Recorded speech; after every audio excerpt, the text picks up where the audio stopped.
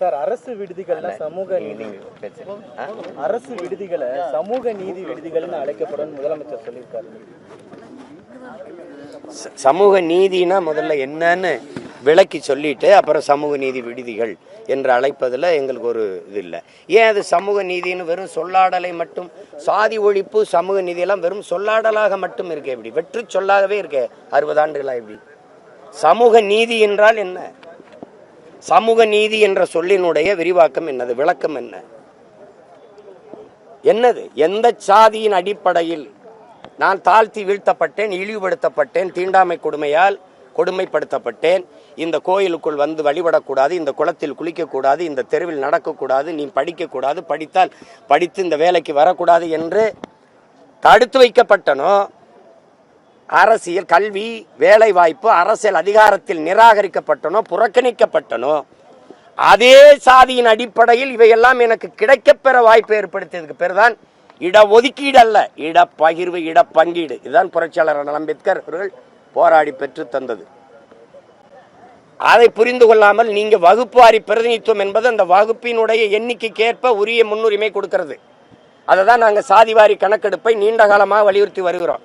சட்டநாதன் அறிக்கை, அம்பாசங்கர் அறிக்கையெல்லாம் கிடப்பல போட்ட பெருமக்கள் இவர்கள் தான். இன்றைக்கு சமூக நீதி பேசுகிறவர்கள் தான். சாதிவாரி கணக்கெடு என்று கேள்வி, உங்களுக்கு என்ன பிரச்சனை?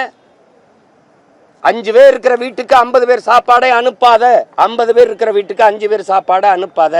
அது நீதியாக இல்லாத அநீதியாக மாறிவிடும்.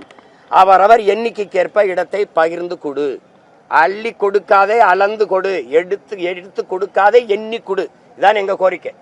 அதுதான் சரியான சமூக நீதி கோட்பாடாக இருக்க முடியும்.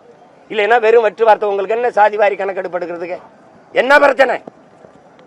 நான் வந்து கோனார், ஆதிக்குடி, 2வது தாய்க்குடி. எனக்கு நாட்டிலே 2 அமைச்சர் தான் பெருமக்களே, 2 அமைச்சர் 2 பேருமே என் மாவட்டத்தை சார்ந்தவர்கள் தான். ஏன் திருநெல்வேலியில் கோனார் இல்லையா, கோயம்புத்தூர்ல இல்லையா, திருநெல்வேலியில இல்லையா, திருவண்ணாமலையில இல்லையா? 2 அமைச்சர் ஒரே மாவட்டத்துக்குள்ள. 2 அமைச்சர் தான் தமிழ் குடியில் 2வது பெரிய தொல்குடிக்கு. ஆனால் ஒரே வீட்டுக்குள்ள 2 முதன்மை அமைச்சர், முதல்வர், துணை முதல்வர் 2 பேர் ஒரே வீட்டுக்குள்ள. அவங்க அப்பா ஐயா கருணாநிதி இருக்கும்போது இவர் துணை முதல்வர், இவர் முதல்வராக இருக்கும்போது மகன் துணை முதல்வர். இது என்ன சமூக நீதி?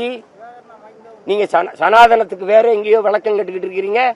பிறப்பினாலேயே இதுல பிறந்ததுனாலேயே, இந்த குடியில் பிறந்ததுனாலேயே ஒருவனுக்கு உயர் பதவி கிடைத்து விடும் என்கிற நிலைதான் கொடிய சனாதனம்.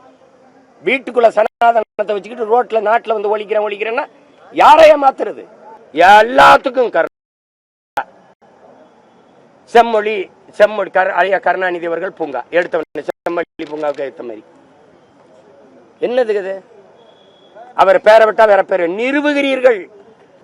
அன்னைக்கே தலையாட்டாம நிமிந்து யார் யா தந்தை, யார் யா தலைவர்னு கேட்டிருந்தா இவன் பேச்சிருப்பாங்களா? அன்னைக்கு கொடுமை. அதனால புறக்கணிக்கப்பட்ட வரலாற்றில் புறக்கணிக்கப்பட்ட இனத்தின் மக்கள் ஒரு நாள் தங்களுக்கான வரலாறை தாங்களே எழுதுவார்கள் என்று அறிவாசான அம்பேத்கர் எங்களுக்கு கற்பித்திருக்கிறார்.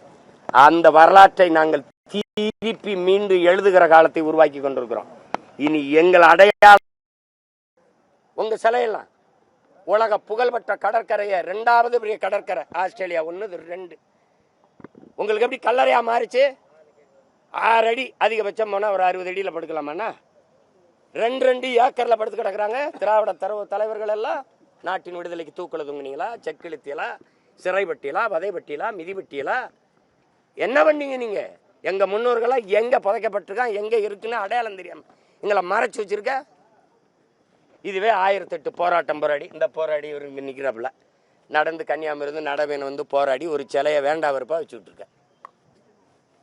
மாத்திட்டு ஒருங்க வெங்கலத்தில் வைக்கணும். இல்லைன்னா வைக்கிற காலம் வருது. என்ன எல்லாத்தையும் கோரிக்கை வச்சு கெஞ்சிக்கிட்டே இருப்பேன் வச்சுருக்கீங்க நீங்க.